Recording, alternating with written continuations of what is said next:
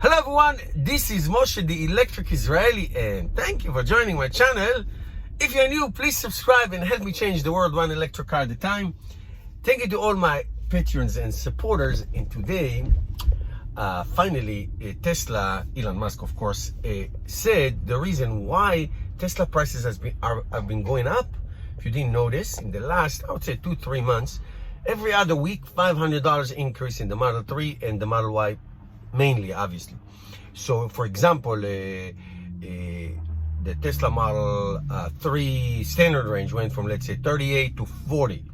The Model Y from 49 to 51. And slowly, and all the models, the long range, the performance, actually the performance stays pretty much steady. And the reason is why, the question is why? What is happening? And very interestingly, the trajectory, the trend before that, I would say 6 months ago, a year ago, was for the prices to go down. I bought my Tesla Model Y that I'm sitting now for $55,000. The same one, even today, it's 52, so it's 3,000 less. A couple of months ago, it was 49, I believe. So the trajectory was going down. Now it's the opposite, going up.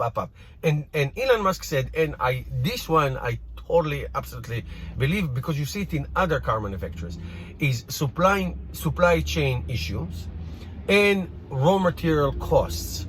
So obviously, we all know about semiconductors and chips shortages around the world. This is like a big issues for countries, okay?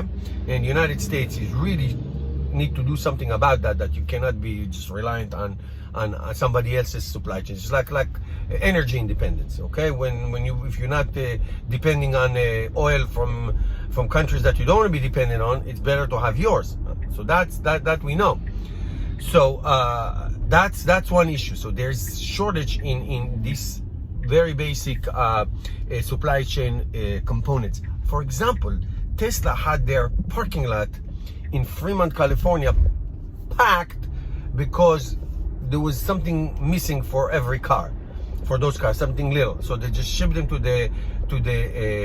all the Tesla centers, service centers around the country.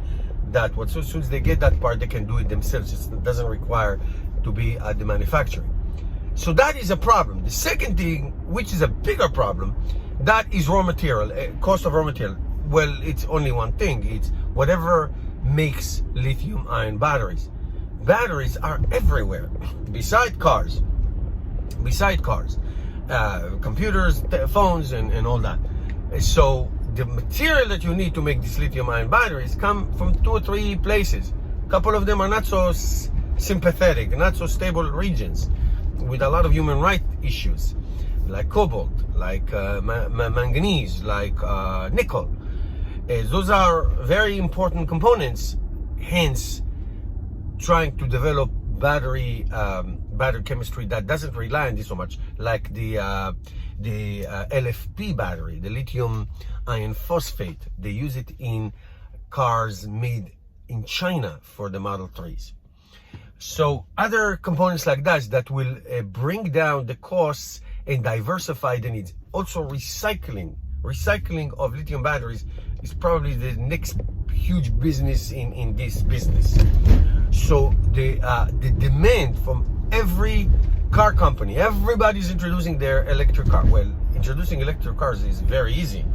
Making them in mass quantities like Tesla is another story. It's a big difference.